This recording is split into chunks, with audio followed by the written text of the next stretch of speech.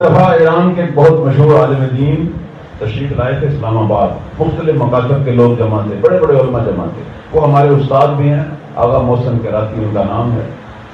تشریف لائے تو اب وہاں جا رہے, اسلام آباد میں وہ اجتماع تھا, سارے مکتب کے علماء موجود تھے.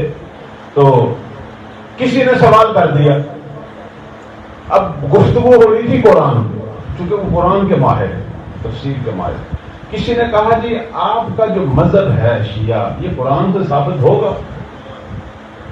انہوں نے فرمایا 1 منٹ میں اپنے مذہب کو قرآن سے ثابت کروں گا, تمہارے سارے مذاہب کا قرآن سے رد کروں گا 1 منٹ میں. حیران ہو گئے.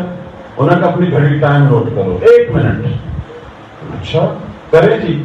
انہوں نے کہا دیکھو ہمارے امام ہیں اہل بیت, تمہارے امام ہیں حضرت ابو حنیفہ, امام مالک, امام حنبل, امام شافعی, ہمارے لیے قابل احترام ہے, لیکن ہمارے امام ہیں اہل بیت. مجھے یہ بتاؤ یطہرکم تطہیرا ہمارے اماموں کے بارے میں نازل ہوئی ہے یا تمہارے اماموں کے بارے میں؟ چپ کر گئے سارے. انہوں نے کہا عصمت ثابت. دوسری بات, ہمارے امام پہلی صدی سے ہی شروع ہو گئے, آپ کے امام دوسری صدی سے. تو وہ جو پیغمبر سے جنہوں نے علم لیا اور پہلی صدی سے جو امامت کا سلسلہ چلا وہ ہمارے امام ہیں, یعنی آپ کے اماموں سے 1 صدی پہلے ہمارے امام تھے. تو قرآن کہتا ہے کہ السابقون السابقون اولئک المقربون, جنہوں نے پہلے سبقت کی وہی قربت کے آخری مراحل میں پہنچے ہیں.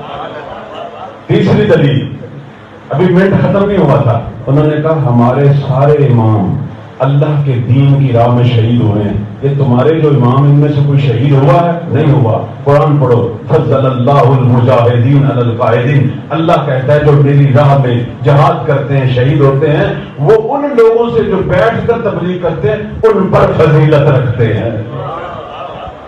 تو 1 منٹ میں مکتب تشیع کو قرآن سے ثابت کر دیا.